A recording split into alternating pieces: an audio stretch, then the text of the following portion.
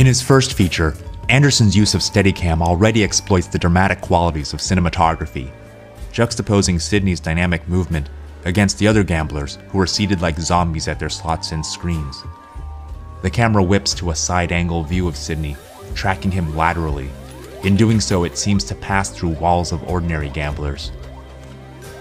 It then opens into a wider view of the floor, a panorama of light and sound, both realistic and expressive. No other shots are as flashy as this one in Hard 8, a fairly low-key drama led by a reserved, even inscrutable lead performance, but Anderson allows this one shot to give a glimpse into Sidney's subjective experience, the thrill of walking the casino floor. It's a precocious display of character development achieved purely through camera movement and staging. The camera revels in this sensory landscape and simultaneously transcends it as Sidney advances to his rightful place at the head of the craps table. Good, Sidney. How are you today?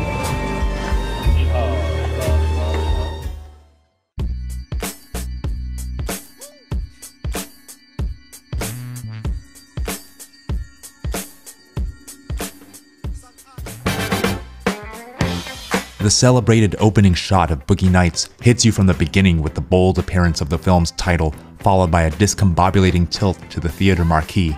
It tells us that we're in Reseda, in the heart of Southern California's porn country. But the floating sensation of this crane shot works less like a physical establishment of place and more like an out-of-body experience. Like the shot in Hard 8, the camera work owes a debt to Martin Scorsese's Goodfellas and Casino, in the way it explores a historical milieu by moving through it. But a key difference is that Scorsese's camera asserts a documentary authenticity, primarily through an explanatory voiceover and a steady accrual of factual observations. Anderson discards these elements, plunging us directly into a state of sensory overload, washing us in a lurid palette of red and orange punctuated by neon. This 3-minute shot introduces us to 8 characters, perhaps more than we can keep track of, but the feeling is always pleasurable, like being at a party where you don't need to know everyone's names to enjoy their company. Anderson's camera is exultant, wanting to encompass everything and everyone at once. But if you look carefully, you'll notice that at every point, your vision is trained to focus on one particular character or area of activity, so that you're never overwhelmed or confused. It also employs lighting cues like this spotlight to train our attention to a character's arrival. For all its panoramic spectacle, this is still a linear viewing experience. The shot ends with a double climax, a collision of speed versus stasis. A lateral sweep across the dance floor, a joyous expression of Roller Girl's young body in motion, then slows to half speed to dote on Eddie Adams, backlighting his youthful good looks like a discovery hidden in plain sight, waiting to burst upon the scene.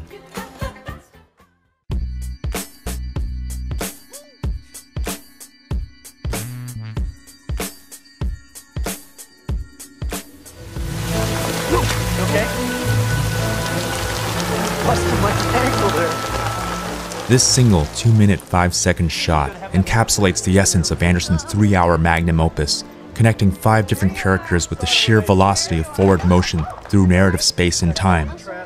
Working with an unlimited budget and Final Cut, with this film Anderson enjoyed a creative freedom afforded to the rarest of directors. But with that freedom came a great anxiety, one that pervades the film. Where's Richard and Julia? Oh, good. They're here. They're fine. They're in the dressing room, so we're all set. Okay. It's an anxiety to prove himself, to do something even bigger than Boogie Nights, and it informs the hurried pacing of this particular shot as the camera moves faster than what we saw in the previous films. Fuck. We no longer have the sense of the camera expressing a character's emergence, as in Sidney, or in celebrating a subculture, as in Boogie Nights. I've never seen you raise this bad since last year. Here the shot amounts to a relay race between 5 characters organized in 6 different configurations. The shot's focal point is exchanged between them along a single line of movement. Ostensibly, this shot appears to reveal the workings of a Hollywood television studio, but it doesn't settle long enough on anything in particular to let you take in the details, other than the anxious sensation of people working and moving. If there are any potential areas of interest on the periphery, they pass fleetingly. So what do you do? Whatever whatever's happening, that's what you look into? Something like that? I don't know. You don't know, huh? Well, it's not a bad way to be. Interested in everything that's going around. Wet. It's a shot that wants to be everywhere at once and nowhere in particular. The attraction is in the camera movement itself as a spectacle of kinetic exertion, movement for the sake of movement.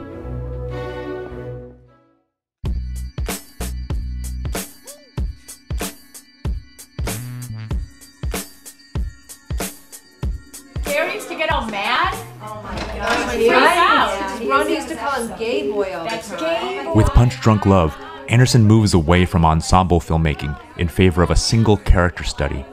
But ironically, the simpler premise allows his tracking shots to discover more complex applications. Instead of having his camera race frenetically, it tracks slowly in an ominous forward push, practically nudging Barry unwittingly through the gauntlet of his sisters as they heap casual abuse upon him. Gay boy. Remember, you'd be fine, and then we'd call you gay boy. You'd just freak out. Unlike the shots from the previous films, the protagonist is no longer held in the center, but pushed to the sides of the frame.